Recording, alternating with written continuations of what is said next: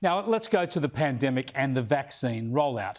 Remember a year ago when the ABC was feeding all sorts of pandemic alarmism and misinformation out there, saying our health system was going to be overwhelmed and would run out of beds?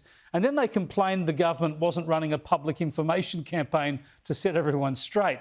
I mean, the national broadcaster might have shown the way, actually, sharing some factual information back then. Now, after a year or so of hysteria over lockdowns, closed borders and vaccine side effects, the ABC line again is to push for another advertising campaign. But there's a bit of a turn-up this time, a reversal of fortune. In this case, instead of echoing political spin, the taxpayer-funded broadcaster came up with the line and the political opposition delivered it. Then the ABC embellished it.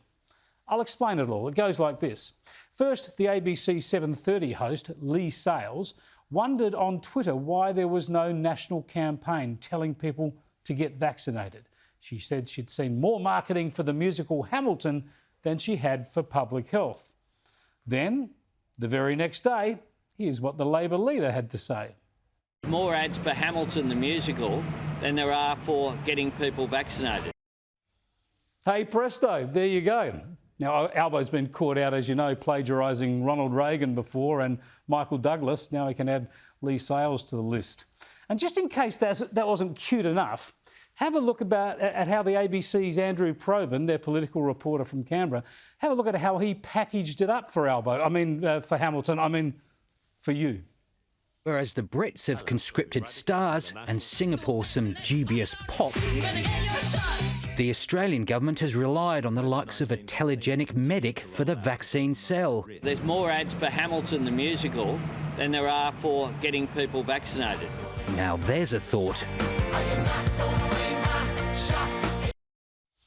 What a virtuous circle, hey? Great musical, by the way. And what is it with the left always wanting celebrities to tell us what to do? The US has Dolly Parton, the UK has Elton John, New Zealand has a strong Pathway to Freedom campaign. Here we have nothing. And again, Scott Morrison this morning has said there's no rush to get advertising out. Really? Labor always gets these celebrity endorsements when it goes to the polls. It doesn't seem to be the election-winning formula, though, does it?